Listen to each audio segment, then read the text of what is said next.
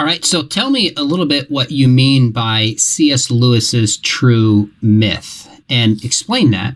And then after you explain it, what I know a lot of people who aren't Christians would rightly say, they'd say, wait a minute, you just said Harry Potter in this story was prophesied and predicted and did all these roles that match up with Christ, and it's fictional, so why don't you apply the same thing to Christianity?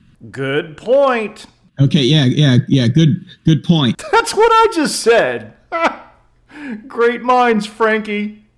First of all, the true myth language comes from J.R.R. Tolkien, who wrote the Lord of the Rings series. He and C.S. Lewis were friends. They were in a group called the Inklings, and they used to meet and discuss what they were writing. And at one point, Tolkien noticed that Lewis was enthralled with these dying and rising God myths. Now, these dying and rising God myths came after Christianity. No, they didn't.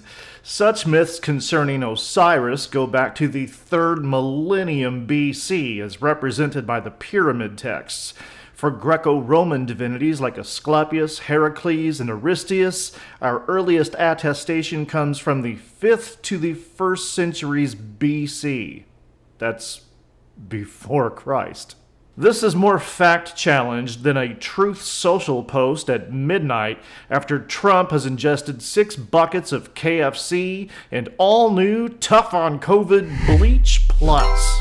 And at one point, Tolkien said, why are you enthralled with the dying and rising God myth when it's in these fictional stories, but you're not enthralled with it when you find it in the New Testament? It turns out that the New Testament story really happened. It's the true myth. And if you scream it loudly enough, it becomes even more truer.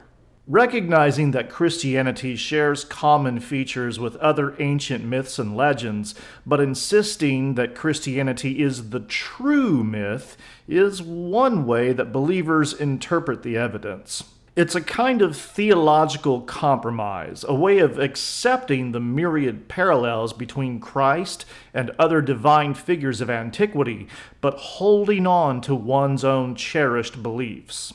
Famed apologist C.S. Lewis put it this way: now, as myth transcends thought, incarnation transcends myth.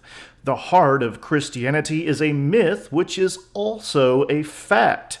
The old myth of the dying God, without ceasing to be myth, comes down from the heaven of legend and imagination to the earth of history. That's so pretty. More recently, blogger David Armstrong expressed much the same. The parallels prove the primacy. That theological apparatus is the concept of the preparatio evangelica, the notion that because the incarnation of Christ, inclusive of and completed in the glorification of his death, resurrection, and ascension, is in fact the center of the spatio-temporal and material universe, it echoes backwards and forwards in time, structuring the logical character and spiritual trajectory of the universe such that the paschal mystery might archetypically echo itself throughout history or be intimated to the human mind by other means. Christ is the paradigmatic referent and therefore always of comparative value as regards his humanity. Because we can only comprehend his divinity by gazing upon his humanity with eyes illumined by the Spirit of God, the parallels themselves testify to Christ's divinity even when Christ is not the obvious or explicit object of their deification. Ooh, that's pretty too. Now, believe it or not, I'm not out to deconvert Christians.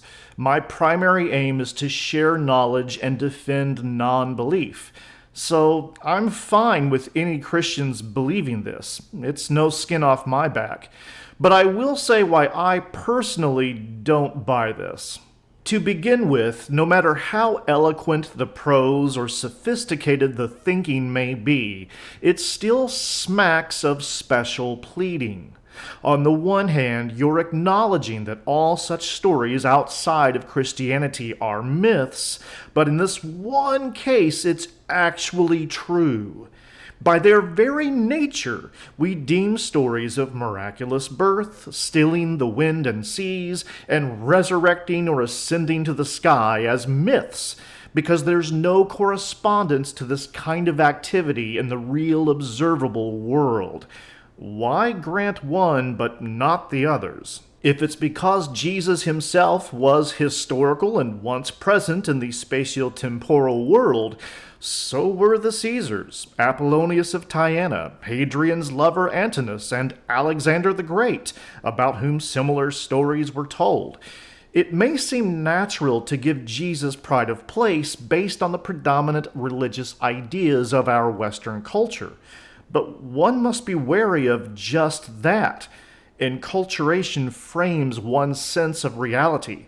If history had taken a different course, we might think it completely natural to believe these things about Augustus. Or if we'd been born in Saudi Arabia, we might be arguing for the primacy of Muhammad. Secondly, that Christianity arose from the very Greco-Roman and Hellenistic world in which just these myths were popular is too great a coincidence. Religious syncretism was rampant during that time, the dominant characteristic of the age, as Mircea Eliade once noted. The overwhelming probability is that Christianity and the stories told about Jesus are part and parcel of that highly syncretic and creative world, bubbling forth naturally from the steady stream of ideas that were brewing back then. Christianity was also fiercely competing with surrounding cults and civic and religious institutions, resulting in competitive assimilation, as I discussed in my last video. There's just no divorcing Christianity from the mythic landscape of its birthplace. If God chose this particular time and place to reveal himself in Christ, then he did so in a way that makes his revelation indistinguishable from what we'd expect of a common mythic expression of the time.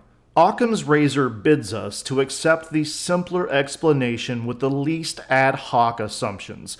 So, which is the simpler explanation here? Another common expression of the times? Or mystical forces working in convoluted and suspiciously coincidental ways, entailing fantastical events that nobody ever observes in reality? If you're being honest with yourself, the answer here isn't difficult. In any event, Lewis said, yes, it's the true myth. Christianity really happened. And the reason why I don't think Christianity is a myth is because there's evidence that it really happened. No, there isn't. Apologists appeal to traditions within their own sacred texts and label them as evidence when in fact they are no such thing. They offer arguments based on the martyrdom and persecution of early Christians, supposed eyewitness testimony, the empty tomb, post-mortem appearances of Jesus, etc. Some of these arguments are just as applicable to other religious traditions, including Mormonism and Islam, and others appeal to the very motifs we'd expect of an ancient Mediterranean religion centered on a deified man. See my video, Jesus is Dead, the Failure of Resurrection Apologetics, for a comprehensive breakdown. It's the true myth. The true myth. The true myth. At the end of the day, the true myth gambit commits fallacies of special pleading and favoritism, ignores historical trends of syncretism and competitive assimilation, and violates Occam's razor and the law of parsimony. For all its sophisticated rhetoric as posed by C.S. Lewis and others, it is a blatant theological assertion without any supporting evidence. The skeptic is positing nothing beyond what we ordinarily observe in the real world, legendary embellishment flowing forth from a sea of interweaving ideas and motifs. The apologist, on the other hand, is positing far-fetched forces and events that do not correspond to observation or experience.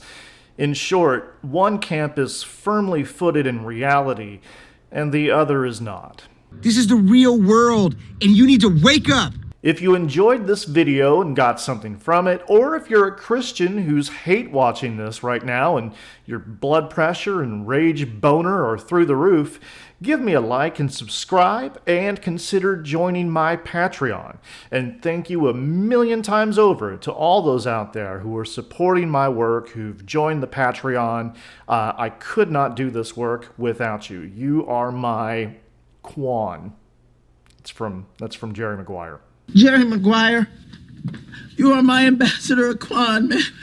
There's also merch available through my online store. That's all there in the description, as well as courses that you can sign up for with leading scholars in the field like Dr. Kip Davis, James Tabor, and Dennis MacDonald. This has been Atheologica, where religion is fascinating and stupid.